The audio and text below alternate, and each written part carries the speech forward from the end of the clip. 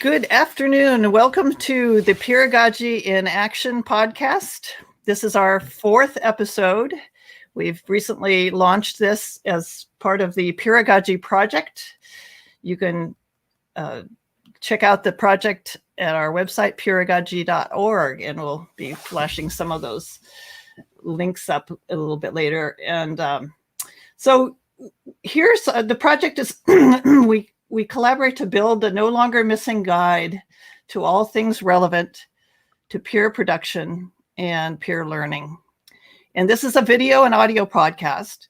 And we aim with this podcast, we aim to provide a interactive space where participants in the audience can explore the philosophies, the concepts, contributors, and practical applications of peeragogy. And although it's informed by all the peeragogy contributors and the history of the project, the core crew for the podcast includes Joe Corneli, Charles Danoff, Lisa Snow McDonald, and Joe Corneli, Charlotte Pierce. Who else? Who else, Joe? Well, today we're joined by Howard and Brian, so they are pretty core contributors to the Peeragogy project. So very nice to have them on the podcast. Thanks for being here, guys. And thanks, Charlotte. So today by the way, it's audio and video. So for those who aren't seeing the slide, this is about the collaborative process of creating books. And I was motivated by Brian's new book, Academia Next. So there you go, Brian, a little bit of free advertising. Thanks for coming on the podcast.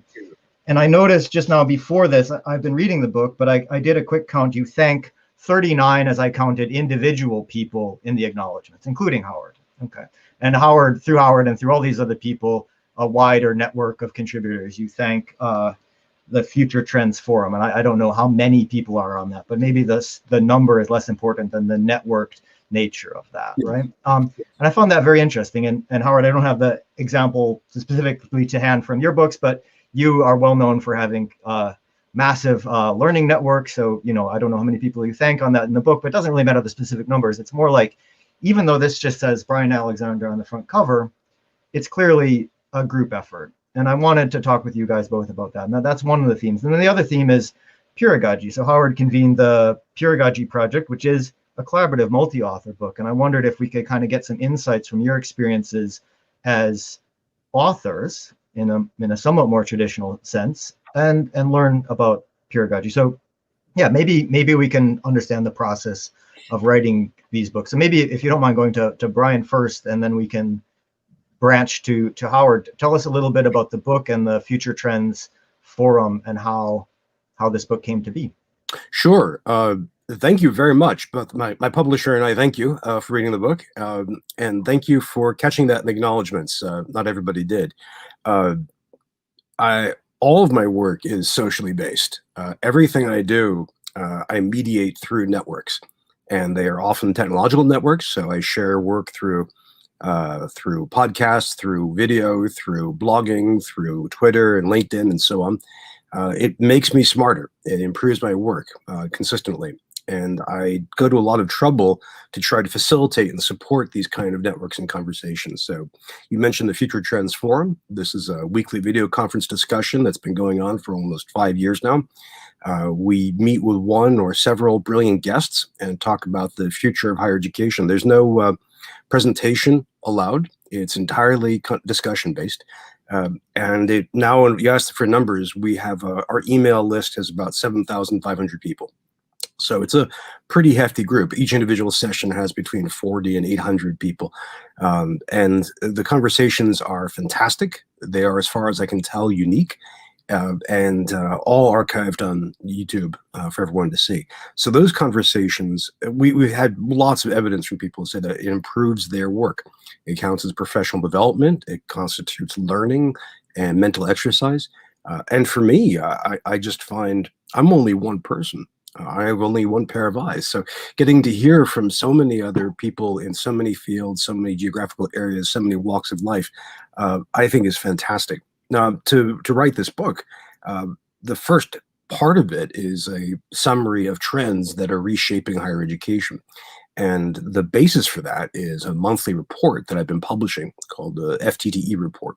The most recent issue came out last night, actually. And again, that report is based in part on what I get contributed from people, again, around the world. People will share with me stories about anything from enrollment trends to augmented reality to financial stresses. And then everything I find, I push out and to various networks and ask people for feedback. Say, is this right? If I get something on, say, cooperation technologies, I'll email to Howard and say, what do you think? Is this nuts or is this a good idea? If I get something fantastic on augmented reality, I'll ship it to some of my students who are just AR hounds and get their feedback and so on. So all of that research, all that publication, all of that conversation and feedback then led to the first part of the book. So that's a very long-winded way of saying that I exploit lots of my friends without paying them.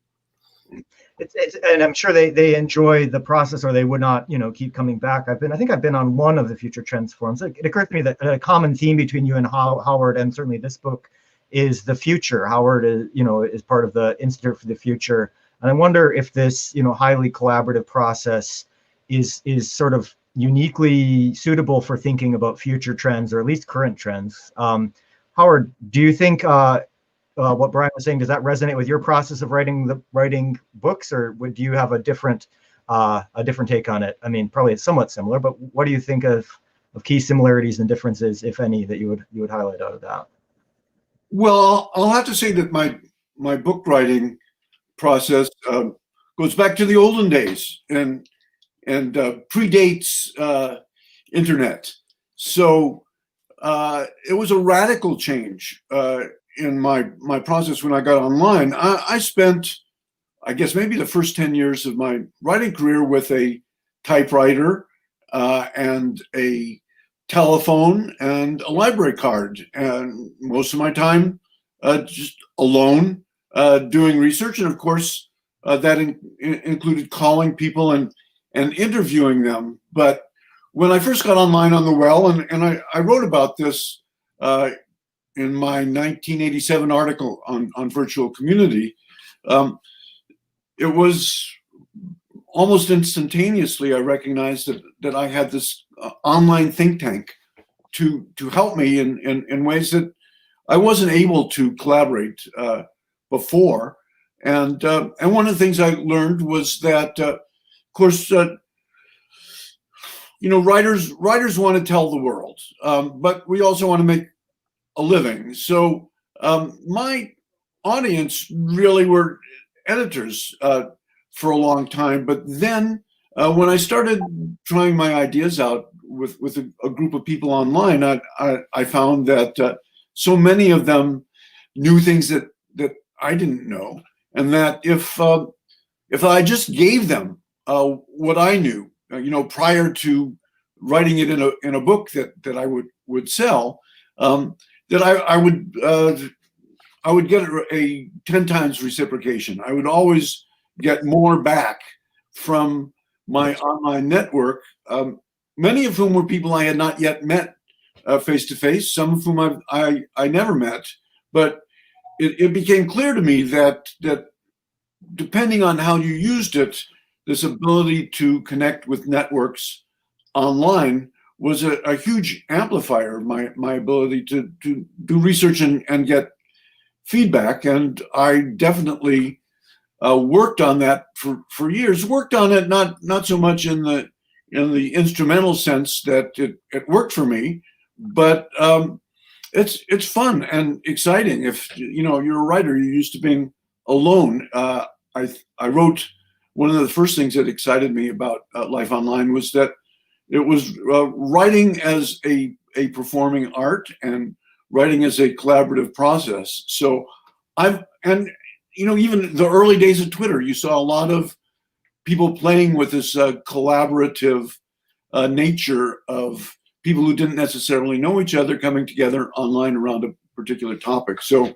the roots of collaboration really come from my participation online with online networks, and Since then, I've learned a lot from teaching, and from, over the 10 years that I taught college students, I learned more and more to trust the students, and to recognize that there has been, since forever, this built-in power hierarchy that's not necessarily a knowledge hierarchy. The teacher knows, and the students don't. Once I started recognizing the students as co-learners, my teaching improved, and their agency, their ability to take some responsibility for their learning, and their happiness and their engagement with learning increased. And so that's all set the stage for peeragogy. Just, if you trust your network and you trust your co-learners, it naturally becomes collaborative. Of course, there's only one author to most books, and there's only one teacher to most classes, and you can't really do away with that. But you can definitely open it up and make it more of a collaborative enterprise. And I'd say, and I'll talk more about this when we talk about peeragogy, a lot of it has to do with letting go of your own ideas and your own control, and opening up some space for others. Because if you have a fixed idea going into it, and you are not able to unfix that idea, your collaborators are not going to be collaborators. They're not going to be so interested in contributing when they see that you actually learn from and value their contributions, and ultimately acknowledge them to the degree that you can.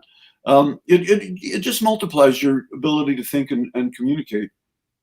That occurs to me. That's interesting. Again, even going back to the kind of, say, traditional process of writing a book, where an author is regarded as a very lonely person because they've got to sit by themselves with a pen or a typewriter and write alone all the time. I think that's still the impression of what you would hear as a description of a novelist. Maybe, I don't know how accurate it is for novel writing, but even so, novelists and so forth end up often having editors, whether or not they thank them in the book. So I wonder if we could just kind of focus in this question. Charlotte popped up for a second there, telling about the process of bringing the book to life. So maybe, Howard, if you think about some of those early books you wrote, kind of pre-internet, and or Brian, if you focus in on just your relationship with your editor, and talk about that, that kind of traditional relationship, because we got the Future Trends Forum. It's all very futuristic. We're thinking about network things and all this stuff. But what about that core traditional editorial process? I don't know. And you already mentioned your editor, Brian. Do you want to give them a shout out here on the podcast and say a little bit more about that? Absolutely. I'll be very, very quick. And then I have to get out of the way, because Howard has such a vastly more impressive and extensive publication history that I'm like, here's my little pebble, and now I will yield to the mountain. But it's varied from publisher to publisher. I've had very hands-off editors who are just just want me to turn in the manuscript, and then my current editor, Greg Britton at Johns Hopkins, full shout out to him. He's launched a line of critical university studies books, which is now, I think, for my money, the best series of writing on higher education out there from any publisher. Johns Hopkins is the oldest scholarly publisher in the US, so it's a real treat to work with them. But Greg is just incredibly supportive. He and his team are very friendly. They go out of their way to help advance the book and to answer my persnickety questions. It's just a real treat working with them. I'm always conscious as a writer that I want to show them what I've done, and at the same time, I don't want to overwhelm them. I don't want to make them my writing partners as such. So I'm very grateful to them for all of their help. That's an interesting perspective. Yeah, I think Howard has worked with some of the big names in the publishing world, both pre and post internet. So Howard, do you want to tell some about those experiences working with publishers? I have to start out by saying that the editors that I learned from, who were really masters at making writing better, were Richard Nielsen and James Donnelly at Whole Earth Review. They extensively not only line edited my writing, but showed me why. And I think you have to understand that the role of the editor in trade publishing has changed dramatically, particularly since around 2008 when the financial meltdown happened. But going back long before that, when I first started selling trade books, I could go to Knopf, Random House, Ballantine, Bantam, Dell. There's a bunch of other ones I've forgotten. Those are all Bertelsmann. So now Bertelsmann, News Corp, and Disney are 99% of publishing. And publishing used to be this kind of, gentlemanly industry in which, people who had their own incomes were privileged to work with writers, and a lot of legendary editors did. Now, a lot of editors are they're really marketers in large corporations, and the editors who work with writers nowadays are pretty much reserved for the big names. And in my experience, I had a really mixed experience with the virtual community book. The large end of the funnel, when I was writing about what was going on online, and most people didn't have any knowledge of in the early in the late 1980s or early 1990s, there was Usenet and BBSs and MUDs happening all over the world, and I compiled all this information, and I wrote a draft that put it all in, and I got the draft back, and just pages and pages and pages were marked just with slashes through the entire page, and remarks such as, I hate this. I really took to my bed. My life was over for a couple of days. And then, one day my daughter, who was quite young at that time, said, Mommy, Daddy is laughing at his computer again. And that gave me the beginning of a thread in which I rewrote it, and he liked it the second time. And the rest of the editing was pretty minor. I had an editor who was kind of tough, but I think I didn't give him such a load of garbage at the beginning when I did the virtual community. And his name was Bob Asahina. And actually, when I wrote Smart Mobs, I hired him to help me with it. Nowadays, if you are a trade book writer, you need to have some money of your own. To hire a publicist, because trade books, trade publishers, and certainly very few, if any, university presses are going to publicize your book the way book publicists for big publishers used to do. And because you're not going to get an editor who's really going to pay attention to you unless you're a big deal. So you got to spend some money hiring an editor to help you. And those are generally, my experience with Bob was much more collaborative. So I'd say if you find a good editor who may be tough, but helps you understand what direction you were going and what direction you need to go, you're very fortunate.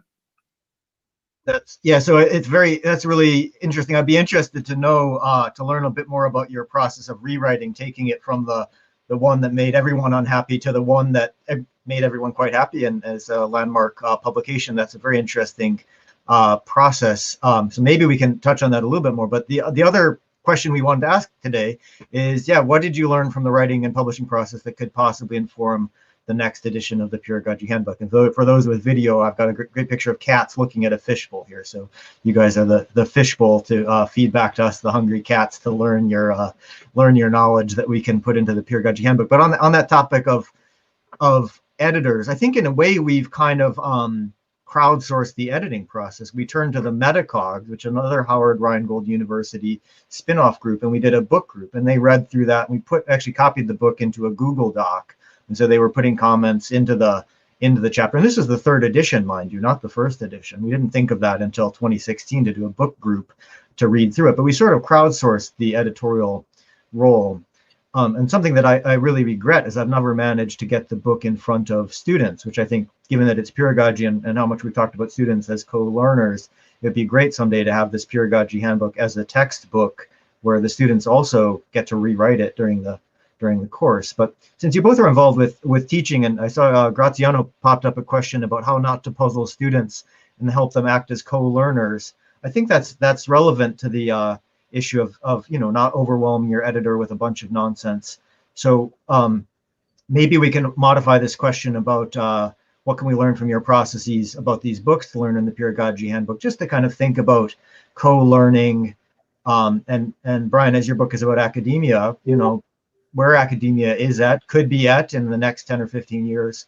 You have this chapter on the triumph of open practices, peeragogy, one such thing. So as futurists and educators and writers, it's a lot to ask in 10 minutes left, but what do you think about we're pretty keen to get a 4th edition of the Peeragogy Handbook. I've even drafted a proposal for the 5th edition at one point. So, where do you see these kinds of open writing processes going, and how can we learn from your experiences either with Future Trends Forum or personal learning networks, teaching, classrooms? I will try to back off and let you just discuss it as much as you wish for the next 9 minutes or so. I'd love to hear from Howard first. Well, in retrospect, a book I read about leadership many years ago really gave me the clue. I don't remember much about the book, except the first line was, the first duty of a leader is to define reality. And I think that's true in a collaborative effort, and also true in the classroom. And in the classroom, in the beginning, I didn't know really what I was doing as a teacher, although I was confident in my knowledge of the subject matter. And when I finally had the courage to tell my students that I was learning as well, then they helped me understand what worked and what didn't. And sometimes the magic happened. Sometimes what I call co-learning happened. I didn't really know exactly any kind of recipe for making it happen. But after it did, I learned that when I started a course and told the students that we could have something different from your normal students listen, teacher talks, students have discussion for as a performance, that we could work together on not only the subject matter, but on improving the teaching, then that I can't guarantee that will happen, but I can guarantee you that it has happened. That if you set your expectations at the beginning as a leader, and then part 2 is step back, give them a little room to push back on it, to help you understand what they think you're saying, and give up some of your authority. Again, with peeragogy, I started with an idea, and as you might remember, part of that was that I gave a lecture at Berkeley, and they expected me to work with their students and their faculty face-to-face afterwards, and I brought a laptop into those meetings and opened it to Blackboard Collaborate, and I used Twitter and Facebook to invite others from around the world to participate. A couple of months later, all of the faculty and graduate students had dropped out, and a community of people I had not known from around the world, including Joe at the beginning and Charlotte eventually, that I had an idea of what it ought to be, and I laid out that idea.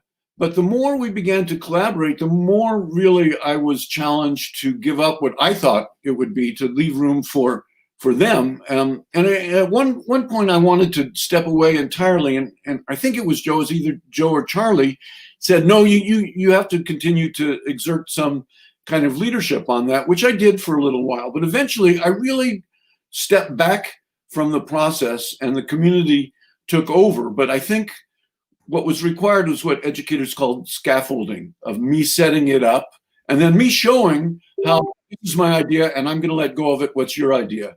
So I want to yield the rest of the time to Brian. Thank you. I mean, I think that it's really interesting to again think about how, because you mentioned the experience at Berkeley, which is one of these clearly foundational moments, but this kind of part that the students backed off, and yet in Brian's book, we have this kind of idea that open practices will be triumphant potentially. It's a scenario. So I would love to go back to Berkeley for it'll be the 10th anniversary of Peeragogy in a couple of years and say, hey, let's do it again as a seminar, as a course or something like that. But do you think they'll be open to that in 2 years? And what would it take? Or Johns Hopkins University, say, for example, or someplace in Vermont, who inside of academia, if anyone, is going to be open to this? And you've envisioned a scenario in which the whole sector becomes open to this kind of way of thinking. So I wonder what you think about that. That's really interesting. You know what? If Brian would co-teach it with me, then I would consider doing that. So maybe it will happen. Who knows? But if it does, we can go back to Saturday, December 5th at 10:26 Pacific when you planted the seed of the idea. I'd love that. Thank you, Howard, and thank you for the seed. Well, one thing is just quickly the scenario you're referring to is one possible scenario if certain conditions come to pass. And so basically this is if open education resources, open teaching, as well as open access and scholarly publication, that they all become the majority in their respective fields. And so this is possible. And there are a lot of ways this could happen, and there are other ways it might not happen. But it's the second part of my book is a series of scenarios about different ways universities could unfold. This is a great question to explore. I have to say, I've just been nodding and agreeing and giving thumbs up to everything Howard's been saying about the practice of actually teaching this way. How the instructor has to get rid of some authority and get rid of some ego, and that's very difficult for a lot of people for various reasons. But I want to grab your question about the future of this. On the one hand, we know just from the history of technology that humans are social creatures and we love using technology for social purposes. We've always done this. I mean, you can think about tape trading, for example, people, radio hobby clubs. I mean, all kinds of examples of this. And we've seen this, of course, with social media and what used to be called Web 2.0, and in fact, Web 1.0 as well. But there is some interesting drags on that desire right now. I mean, one is the way that some of the social media giants operate, which is in many ways antisocial, or at least not very conducive to some forms of sociology. There's also what some name the techlash, the widespread criticism of Silicon Valley that is pretty widespread, and right now is getting an interesting mutation because of COVID. So I'd be cautious of that. And part of this is also the fear of abuse online, which is a longstanding fear. It dates back to the origins of Usenet. People have talked about this for a long time. I'm always frustrated when people talk about it as a new thing. It's not. But what is new is the scale of troll armies and the speed and extent of abuse. It may be that begins to drop away as Trump exits the scene and so forth. But I want to put all those out there as cautions. Because getting people to use social technologies is not necessarily easy. I've had brilliant students of mine say they didn't want to use Reddit because they thought Reddit was basically contaminated by the alt-right. I point out, we'll just have our own separate board, no problem. And it took a while to get them to that point. So that's that scaffolding again. But I do think otherwise we're definitely headed towards more and more sociality, more social connections, especially across nations and also across different demographics. I hope. I mean, I think that's a great long-term arc of history, as Robin Wright found in his book Non-Zero, which Howard turned me on to. And I really hope we can do that. In education, though, we still have to get over the huge power of the expert. I mean, we are credentialed. Our credentials are terminal. They're very expensive credentials. We are also granted a lot of authority in terms of credentialing. And as economies get difficult, this gives these experts even more power. And it's very difficult to get around that. And sometimes we protect these experts with good reasons. Women, for example, tend to get more negative reactions on professor evaluations than men. You could think about women who are more likely to get various forms of online abuse than men. So some of those protections are very, very viewable and important to have. But I hope we can move towards an open future. We have to work towards it now. On that note, maybe now is a good time to invite 2 women and 1 man to show their faces on the screen for at least a few seconds. Charlotte, Lisa, Charlie, come on in. Just say hi. Yeah, we had some questions too, if you have time. But yeah, we could have as we said, we might go a little bit longer for a few extra questions. So, I love this discussion. This is amazing. Charlie, are you there? Do you want me to put you in? Sure. Hey, there's Charlie. Yeah. This reminds me of the excitement and just all the boiling ideas that came up when I was taking your course, Howard, and how this just got me started on this huge pedagogy is now a huge part of my life, and it informs all my other activities too. Like, I just don't like to do anything without collaborating with someone anymore. So thank you. Yeah. Yeah, so I saw there were some nice questions. Did you, if you had time in the soundproof booth to extract some questions, do you want to maybe read them out? I did. Did I get it? There's some responses too. Oh, Graziano Mino, he's in Italy. The editor role should be explained at the beginnings? ?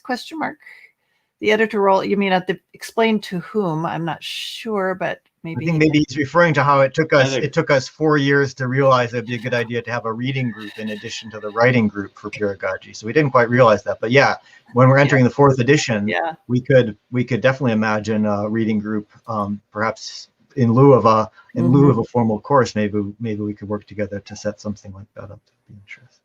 Lisa, any comments from California? You're muted, I think. Yep.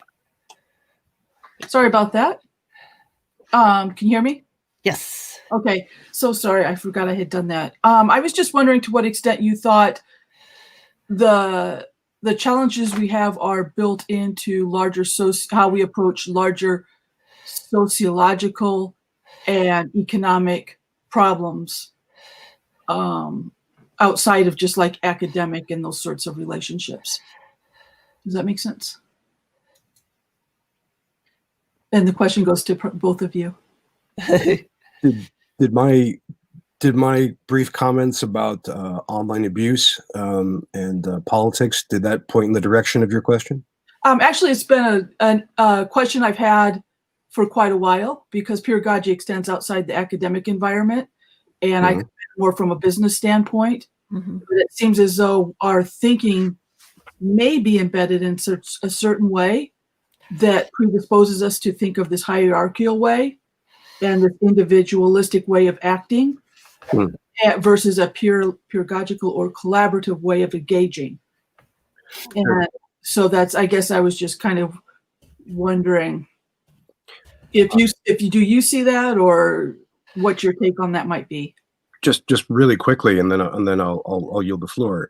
There's a debate in future studies now about what neoliberalism is and where it is going forward. So the idea that we should see the market as the arbiter of all things, and as individuals, we should think of ourselves first and foremost as consumers and as producers. We are the CEO of oneself. I am my own boss, that kind of thing. We're all entrepreneurs. We're all isolated or atomized, or each individual's on the giant labor market.